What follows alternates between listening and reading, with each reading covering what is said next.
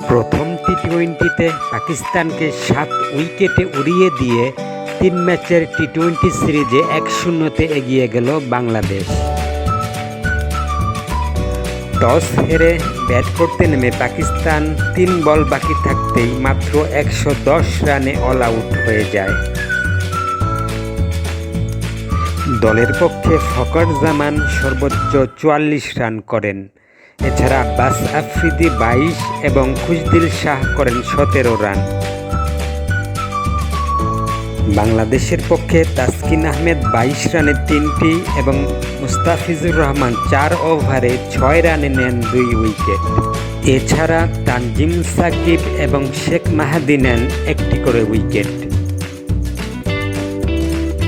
জয়ের জন্য ১১১ রানের টার্গেটে ব্যাট করতে নেমে বাংলাদেশ ২৭ বল এবং ৭ উইকেট হাতে রেখেই লক্ষ্যে পৌঁছে যায়।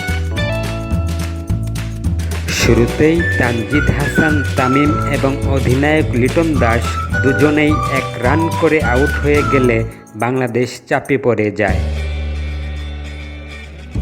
এরপর পারভেজ ইমন এবং তাওহিদ হৃদয় ৭৩ রানের জুটি গড়েন। তাওহিদ হৃদয় ৩৭ বলে ৩৬ রান করে আউট হন।